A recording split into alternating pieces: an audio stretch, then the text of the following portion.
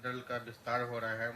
क्या लगता है आगामी लोकसभा चुनाव के बाद उनका गठबंधन बना रहेगा या दोबारा वही फिर भाई नीतीश कुमार को खुद ही नहीं पता है कि वो कहाँ खड़े हैं और कहाँ 10 दिन के बाद खड़े रहेंगे। पिछले 7 महीना से जब आप लोग उनको प्रधानमंत्री का उम्मीदवार बना रहे थे, इंडिया का संयोजक बना रहे थे, तब भी मैं कह रहा था कि नीतीश कुमार भागने वाले हैं कि वो खिड़की खोल के बैठे हुए भाजपा में, भागेंगे, अगर नहीं भागेंगे तो इनको 5 सीट नहीं मिलेगा। जैसे पता चला लोकसभा नजदीक आया, डर के मारे ये आदमी भागा फिर भाजपा में।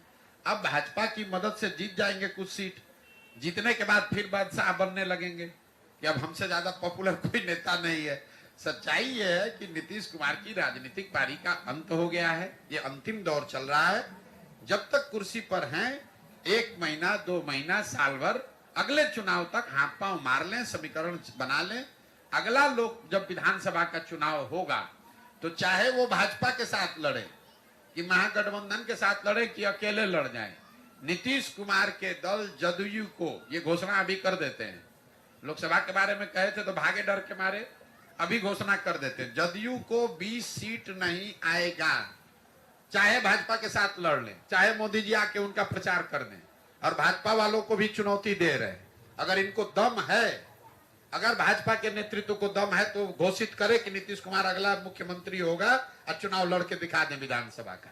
इनको भी अपनी औकात दिख जाएगी इस बार कि नीतीश कुमार को अपने कंधा पर बैठा के कितना दिन ये लोग बिहार की जनता की आंख में धूल झोंकेंगे।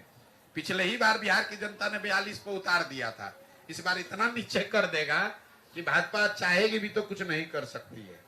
और मैं फिर से रिपीट कर दे रहा हूं, किसी भी फॉर्मेशन में नीतीश कुमार लड़े, इनको 20 सीट नहीं आएगा विधानसभा में। भाजपा के साथ लड़े तो, जब फिर से भाग के आरजेडी के साथ लड़े तो, अकेले लड़े तो। और दूसरी बात ये कह देते हैं कि भाजपा को दम नहीं है, भाजपा को दम नहीं है कि ये घोषित कर दे कि अगला चुनाव नीतीश कुमार के चेहरे पर विधानसभा का लड़ा जाएगा।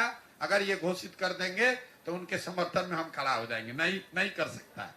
उनको भी मालूम है कि नीतीश कुमार का नाम अगर घोषित किया तो बिहार का जनता सिरे से साफ कर देगा। नीतीश को तो साफ करेगा, उनको भी कर देगा। कर्पूरी जी को भारत रत्न मिलना बहुत अच्छी बात है, स्वागत योग्य बात है, वर्षों से इसकी डिमांड लोग करते रहे।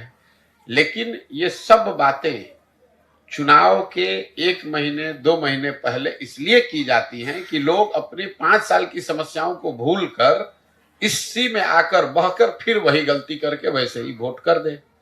आपका कहना है लोग तो फिर वही बात करेंगे।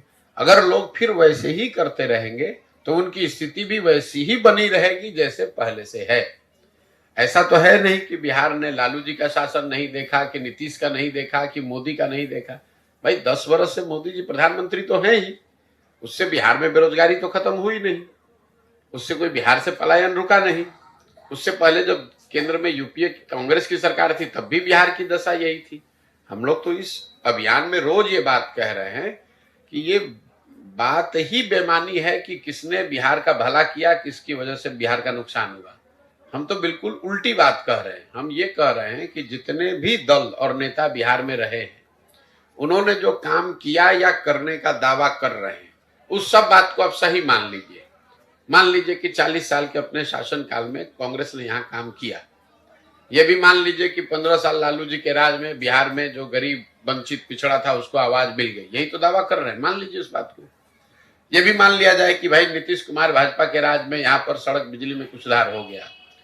लेकिन अगर सारे लोगों के काम को, दावे को सही मान भी लिया जाए तो भी इससे तो कोई इनकार नहीं कर सकता है कि पूरे देश में सबसे गरीब, सबसे पिछड़ा, भुखमरी, बेरोजगारी वाला राज्य बिहार है।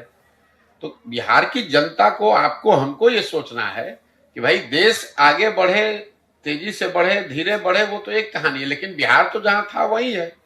आपके बच्चे 20 वर्ष पहले भी जा रहे थे मजदूरी करने, 20 वर्ष पहले वो पंजाब और हरियाणा जा रहे थे, आजकल वो तमिलनाडु और तेलंगाना में जा रहे हैं, गुजरात में जा रहे हैं नौकरी करने। फर्क इतना ही पड़ा है।